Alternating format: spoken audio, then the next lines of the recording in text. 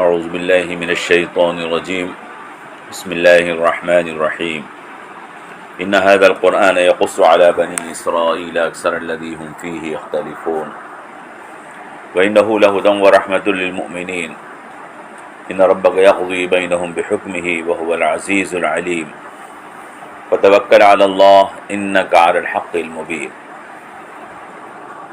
ترجمہ ان آیات کا یہ ہے، بے شک یہ قرآن بیان کرتا ہے بنی اسرائیل کے اوپر اکثر وہ باتیں ہیں کہ جس کے اندر وہ اختلاف کرتے ہیں،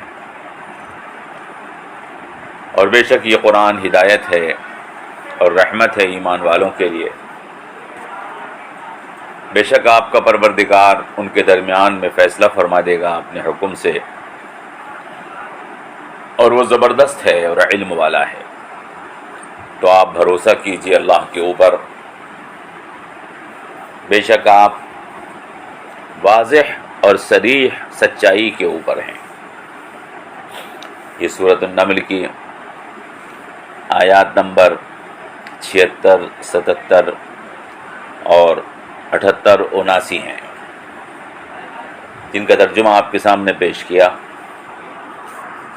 گزشتہ درس میں جو چیز آپ سے عرض کی تھی وہ یہ تھی کہ اللہ تبارک و تعالی کافروں کے اوپر اور ظالموں پر اپنے عذاب کو مؤخر کیوں فرما دیتا ہے۔ ہمیں ایسا لگتا ہے کہ کافر اپنے گناہوں کی سزا نہیں بھگت رہے، حالانکہ اللہ کا وعدہ ہے کہ کافروں کو ان کے گناہوں کی سزا ضرور ملے گی، لیکن اس کے باوجود بظاہر یہ ظالم لوگ دنیا کے اندر دندناتے پھرتے ہیں اور اپنے گناہوں کی سزا کو پاتے ہوئے نہیں لگتے۔ ہم نے گزشتہ درس میں آپ کو یہ بھی بتایا تھا کہ عذاب کئی قسم کا ہوتا ہے، لہذا یہ سمجھنا کہ یہ کسی عذاب میں مبتلا نہیں ہیں یہ غلط ہے، بلکہ صحیح بات یہ ہے کہ اللہ تبارک و تعالی نے مختلف قسم کے عذابوں کے اندر ان کو مبتلا کر رکھا ہے، اور ہدایت سے محرومی اپنے آپ میں ایک عذاب ہے۔ ظلم کرنا اپنے آپ میں ایک عذاب ہے، اپنے آپ کو دنیا کے اندر رسوا کر لینا اپنے آپ میں ایک عذاب ہے۔ اس صورت مبارکہ میں چونکہ بنی اسرائیل کے قصے بیان کیے گئے ہیں، اور بھی قرآن کریم کے اندر ان واقعات کو بڑی تفصیل کے ساتھ بیان کیا گیا ہے، اسی سلسلے میں اللہ تبارک و تعالی فرما رہا ہے کہ ان هذا القرآن يقص على بني اسرائیل اکثر الذی هم فیہ یختلفون۔ بے شک یہ قرآن بنی اسرائیل کے اوپر اکثر ان باتوں کو بیان فرماتا ہے کہ جن میں وہ اختلاف کرتے ہیں۔ یہ تو آپ جانتے ہی ہیں کہ بنی اسرائیل اللہ تبارک و تعالی کی وہ قوم ہے جس پر اللہ نے انعامات کیے، یا بنی اسرائیل اذکروا نعمتی التی انعمت علیکم، اور جس کو اللہ تبارک و تعالی نے تمام عالموں میں فضیلت دی، وانی فضلتکم علی العالمین۔ جتنی کتابیں نازل کی گئیں وہ سب بنی اسرائیل میں اتنی، توریت، زبور، انجیل، پیغمبروں کی ایک بہت بڑی تعداد اللہ تبارک و تعالی نے بنی اسرائیل میں بھیجی۔ حضرت داؤد علیہ السلام، حضرت سلیمان علیہ السلام، حضرت یوسف علیہ السلام جیسے پیغمبر جنہوں نے نبوت کے ساتھ دنیا کے اندر اقتدار اور حکومت بھی قائم کی، وہ بنی اسرائیل میں بھیجے گئے۔ لیکن بنی اسرائیل باوجود اس کے کہ ان کے اوپر اللہ کی کتابیں ان کے لیے بھیجی گئیں اور اللہ نے اپنے رسول ان میں بھیجے، دین پرانا ہونے کی وجہ سے اور اپنے دین کا تحفظ نہ کرنے کی وجہ سے، اور اس وجہ سے کہ اللہ کے دین کو انہوں نے فلسفی بحثوں میں اور منطقی دلیلوں کے ذریعے سے سمجھے اور سمجھانے کی کوشش کی، ان کے درمیان اختلافات پیدا ہو گئے۔ خدا کا دین آسان ہوتا ہے، دین یسر، لیکن انہوں نے خدا کے دین کو اپنے فلسفیانہ بحثوں سے، منطقی دلیلوں سے اور آپسی حجتوں اور مناظروں اور مباحثوں سے مشکل بنا دیا، اور وہ حق سے بہت دور نکل گئے۔ سچائی سے بہت دور نکل گئے، ان فلسفیانہ بحثوں میں الجھتے الجھتے حق سے محروم ہو گئے، اور یہ طے نہ کر سکے کہ سچ کیا ہے۔ جس دین کے اوپر ہم ہیں، جو گروہ ہم نے آپس میں بنا رکھے ہیں، ان گروہوں میں سچائی کے اوپر کون سا گروہ ہے، بلکہ پیچھے درس میں ہم نے آپ کو بتایا تھا کہ وہ خود اس شک میں مبتلا رہے کہ وہ سچائی پر ہیں یا کوئی دوسرا سچائی پر ہے، یا سچائی ان کے علاوہ کہیں اور ہے۔ یہ شک ان کے دل میں پیدا ہو گیا، تو اللہ تبارک و تعالی نے بنی اسرائیل کے اوپر یہ انعام فرمایا کہ قرآن کریم میں اللہ نے ان تمام معاملات کی کہ جس میں وہ آپس میں اختلاف کرتے تھے، پھر اللہ تعالیٰ نے ان اختلافات کو ختم فرما دیا، اور ان کے سلسلے میں جو حق ہے اور جو سچ ہے اس کو دوبارہ سے واضح طور پر بیان فرمایا۔ قرآن نکھار کر ان تعلیمات کو جو اس سے پہلے موجود تھیں، آپ جانتے ہیں کہ بنی اسرائیل خدا کے بارے میں بھی جانتے ہیں، رسولوں کے بارے میں بھی جانتے ہیں، اللہ کی کتابوں کے بارے میں بھی جانتے ہیں، آخرت کے بارے میں بھی جانتے ہیں، لیکن انہوں نے تمام معاملات کے اندر عجیب عجیب فلسفیانہ اور جاہلانہ بحثیں کھڑی کر دیں اور اختلاف کرنے لگے۔ اللہ نے قرآن کریم کے ذریعے سے ان ساری الجھنوں کو دور فرمایا۔ ان ھذا القرآن یقص علی بنی اسرائیل اکثر الذی ھم فیہ یختلفون، بے شک یہ قرآن بیان کرتا ہے بنی اسرائیل پر اکثر وہ چیزیں کہ جس کے بارے میں وہ اختلاف کرتے تھے۔ ہم فیہ یختلفون، جس کے بارے میں وہ اختلاف کرتے ہیں۔ اس صورت میں بھی کئی باتیں ایسی اللہ تبارک و تعالی نے واضح فرمائی۔ سورہ نمل کے اندر حضرت موسیٰ علیہ السلام کی معجزات کا بیان کیا۔ حضرت موسیٰ علیہ السلام فرعون سے نجات حاصل کر کے کس طریقے کے ساتھ دریا سے پار ہوئے اس کا بیان فرمایا، اور کس طریقے کے ساتھ وہ قوم شرک کے اندر مبتلا ہوئی، بت پرستی کے اندر مبتلا ہوئی، اس کا بیان فرمایا۔ حضرت داؤد علیہ السلام، حضرت سلیمان علیہ السلام کو اللہ تبارک و تعالیٰ نے ان کے قصے کو بیان فرمایا۔ بنی اسرائیل ان واقعات کو غلط طریقے کے ساتھ پیش کرتے ہیں۔ مثلا حضرت داؤد علیہ السلام کے قصے ہی کو لے لیجئے، حضرت سلیمان کے قصے کو لے لیجئے۔ قرآن ان کو اللہ کے رسول مانتا ہے، لیکن بنی اسرائیل نے ان کے ساتھ عجیب عجیب کہانیاں وابستہ کر لی ہیں، اور ایسے واقعات کو ان سے منسوب کیا ہے کہ جو پیغمبرانہ شان کے خلاف ہیں۔ تو اللہ تبارک و تعالیٰ نے پورے ہی قرآن کے اندر بنی اسرائیل کی ان لغویات کو جو انہوں نے اپنی کتابوں میں مذہبی شامل کر رکھا تھا، ان کو صاف کیا ہے۔ تو اللہ یہاں پر اس آیت مبارکہ میں اسی چیز کو بیان فرما رہا ہے، ان ھذا القرآن یقص علی بنی اسرائیل اکثر الذی ھم فیہ یختلفون، بے شک یہ قرآن بنی اسرائیل کے اوپر بیان کرتا ہے اکثر وہ باتیں کہ جس کے بارے میں وہ اختلاف کرتے ہیں۔ وَإِنَّهُ لَهُدًى وَرَحْمَةٌ لِّلْمُؤْمِنِينَ، اور قرآن کریم ہدایت ہے اور رحمت ہے ایمان والوں کے لیے۔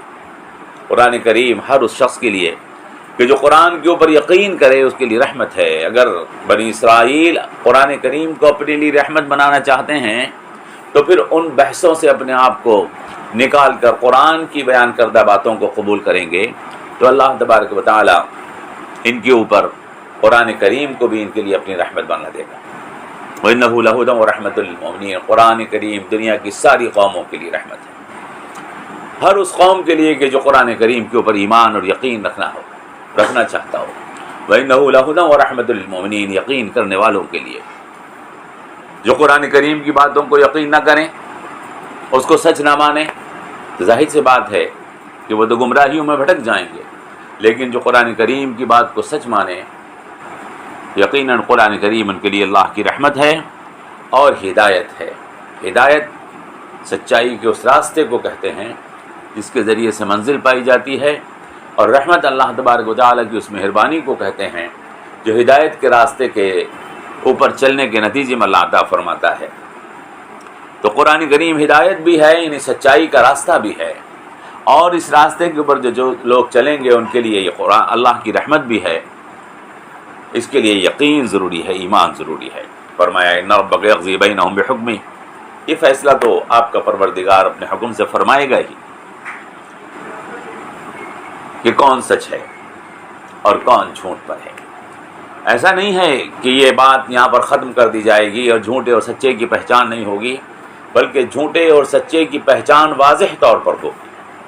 ان ربک یقضی بینہم بحکمہ، ان کے درمیان میں، بنی اسرائیل کے درمیان میں بھی اور غیر بنی اسرائیل کے درمیان میں بھی، سب کے درمیان میں بھی، جو انسان دنیا کے اندر آئے ہیں ان تمام انسانوں کے درمیان یہ فیصلہ کہ کون سچائی پر ہے اور کون گمراہی پر ہے، اللہ تبارک و تعالیٰ فرمائے گا۔ یہ فیصلہ جیسا کہ مفسرین نے لکھا ہے قیامت کے دن بھی ہوگا، وہاں تو بالکل آخری فیصلہ ہو جائے گا اور پتہ لگ جائے گا کہ کون حق کے اوپر تھا اور کون سچائی پر تھا، کون بتوں کے پیچھے اور مجبور خداؤں کے پیچھے بھاگ رہا تھا اور کون ایک اللہ قادر مطلق کی عبادت کر رہا تھا۔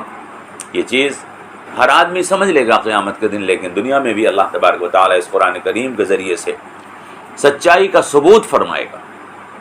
ان ربک یقضی بینہم بحکمہ، قرآن کریم کے ذریعے سے اللہ تبارک و تعالیٰ دنیا میں بھی ثابت کرے گا کہ حق کیا ہے۔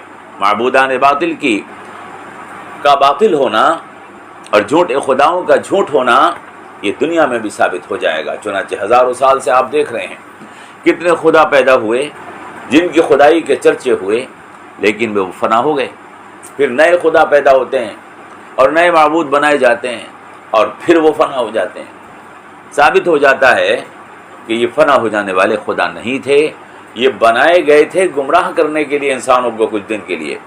اللہ تبارک و تعالیٰ نے توحید کے سلسلے میں بھی سورۃ مبارکہ میں بڑی واضح دلیلیں دی ہیں، وہ ہم نے پیچھے آپ سے عرض کی۔ فرمایا کہ وَهُوَ الْعَزِيزُ الْعَلِيمُ، اللہ زبردست ہے اور علم والا ہے۔ آگے فرمایا کہ فَتَوَكَّلْ عَلَى اللَّهِ، تو آپ اللہ کے اوپر بھروسہ کیجیے، آپ اللہ کے اوپر بھروسہ کیجیے، یقین رکھیے، جلد بازی سے کام مت لیجیے۔ بعض لوگ اس جلد بازی کا شکار ہوتے ہیں اور یہ سمجھتے ہیں کہ آج چند برسوں کے لیے اگر کفر کامیاب ہوتا ہوا نظر آ رہا ہے تو شاید حق ہار گیا۔ حق کبھی نہیں ہارا کرتا۔ ہاں، یہ مراحل ہوتے ہیں، یہ منازل ہوتے ہیں، درجے ہوتے ہیں جو اللہ تبارک و تعالیٰ دنیا کے اندر حق اور باطل کی کشمکش کے ذریعے سے بیچ میں لاتا ہے، تاکہ حق پرستوں کو چھانٹا جائے اور تاکہ باطل پرستوں کو شکست دی جائے۔ اگر باطل طاقتور نہیں ہوگا، اگر کفر طاقتور نہیں ہوگا، اگر ظالم طاقتور نہیں ہوگا تو ظلم کیسے کرے گا؟ ظالم کو تاکہ وہ ظلم کر سکے اس لیے طاقتور بنایا جاتا ہے، اور پھر وہ حق سے ٹکرائے اور شکست کھا جائے، اس لیے اللہ تبارک و تعالیٰ ظلم کو بھی پیدا فرماتا ہے اور اللہ تبارک و تعالیٰ ایمان کو بھی پیدا فرماتا ہے۔ حق اور باطل کی اس کشمکش کو دنیا کے سامنے واضح کرنے کے لیے کیسے پتہ لگے گا؟ اگر طاقتور ظالم ایک کمزور ایمان کے ہاتھوں شکست نہیں کھائے گا کہ اس کے پیچھے خدا کی طاقت موجود ہے۔ اپنی طاقت کے اظہار کے لیے اللہ تبارک و تعالیٰ نے اس حق و باطل کے معرکے کو گرم فرمایا ہے۔ فرمایا کہ فتوکل علی اللہ، تو آپ اللہ کے اوپر بھروسہ کیجئے۔ انک علی الحق المبین، بے شک آپ واضح اور صریح حق کے اوپر ہیں۔ انک علی الحق المبین، آپ کو یقین رکھنا چاہیے اپنے دل میں کہ آپ یقیناً سچ کے اوپر ہیں، آپ کسی گمراہی کے راستے پر نہیں ہیں، آپ کمزور خداؤں کے پجاری نہیں ہیں، آپ اس اللہ کے پجاری ہیں جس نے پوری کائنات پیدا کی ہے، آپ اس کے عبادت گزار ہیں جس نے پوری کائنات پیدا کی ہے، جو پوری کائنات کو چلا رہا ہے اور جس کے بس میں پوری کائنات کی ذرے ذرے کو جنبش اگر ہوتی ہے تو اس کی اجازت کے بغیر نہیں ہو سکتی ہے۔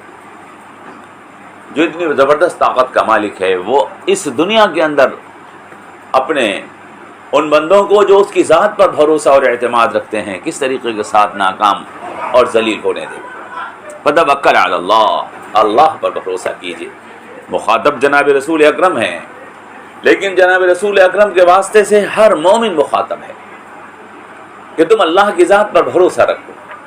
ان کو مخاطب بنا کر اللہ تبارک و تعالی نے ہر مومن کو یہ پیغام دیا ہے کہ تم اپنے آپ کو اللہ کی ذات کے اوپر اعتماد اور بھروسہ کرنے کے لیے مضبوط کر لو، اور اس بات اور اس یقین میں اپنے آپ کو مضبوط کر لو کہ تم سچ پر ہو۔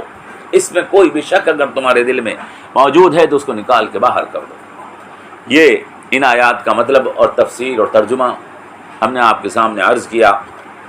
اللہ سے دعا کیجیے اللہ تبارک و تعالی ہمیں قرآن کریم کے اصل پیغام کو سمجھنے کی توفیق عطا فرمائے۔ آج بھی حق و باطل دنیا کے اندر سرگرم ہے، یہ معرکہ ایک دوسرے کے مقابلے کے اوپر کھڑے ہوئے ہیں۔